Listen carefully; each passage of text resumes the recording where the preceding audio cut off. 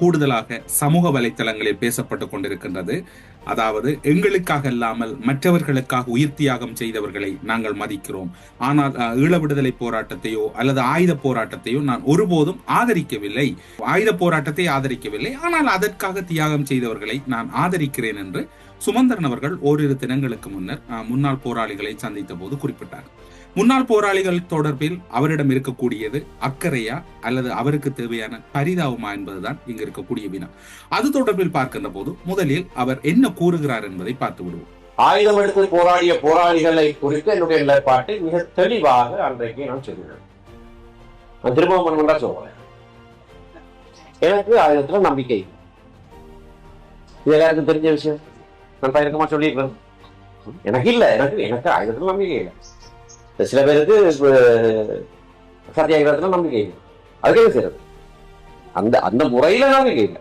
ஆனால் அன்றைக்கு சொன்னதை நான் திருப்பி சொல்றேன், தங்களுக்காக அல்லாமல் மற்றவர்களுக்காக தங்களுடைய உயிரையே பணயம் வைத்தவர்களுடைய அந்த செயற்பாடு,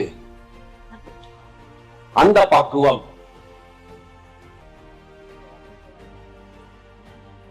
அதை எவரும் மீற முடியாது.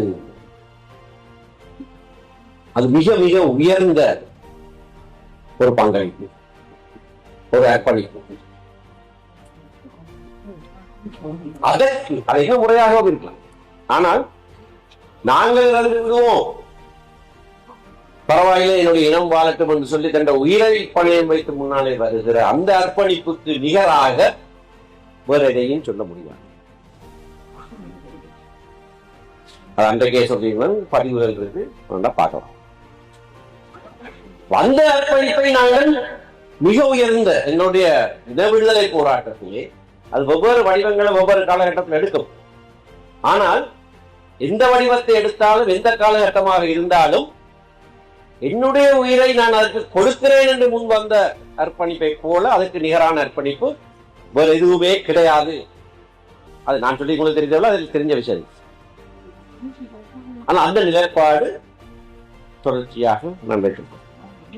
ஆனபடியினால்தான் இந்த இன விடுதலைக்காக முயற்சி செய்கிற மிக பிரதானமான கட்சி, நாங்கள் ஒரு இனம் என்று முதலிலேயே வரையறைத்து அறிவித்த கட்சி, தொடர்ச்சியாக தமிழ் மக்களுடைய முழுமையான ஆதரவை பெற்ற கட்சியில தான் அப்படியானவர்கள் இருக்க வேண்டும்.